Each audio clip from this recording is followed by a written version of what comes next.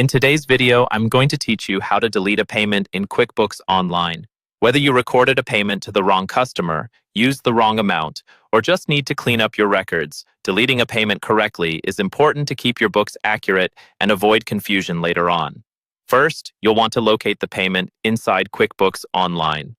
From the left-hand navigation menu, go to the Sales section. Then, choose Customers. This will bring up a list of all your customers in the system. Take a moment here to make sure you select the correct customer, since everything you do next will affect that customer's history and open balance. Once you've selected the customer's name, you'll be taken to their profile. At the top, look for the tab that says Transaction List. Go ahead and click on that. The transaction list shows all activity related to this customer, including invoices, payments, credits, and other transactions.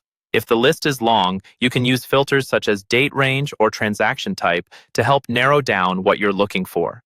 Now you need to find and open the specific payment you want to delete. Scan the list for the payment entry, usually labeled as a payment or received payment, and check the date and amount to make sure it's the right one. When you're sure you have the correct transaction, click directly on that payment to open its details. With the payment window open, you're ready to delete it.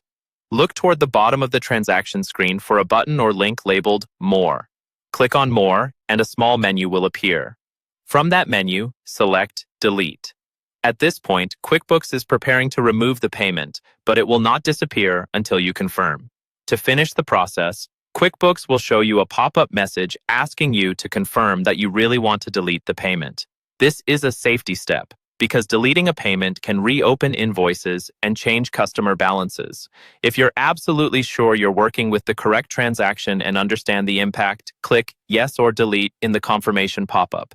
After you confirm, the payment will be removed from the customer's transaction list, and any invoices that were marked as paid by that payment will become open again. That's all you need to do to delete a payment in QuickBooks Online.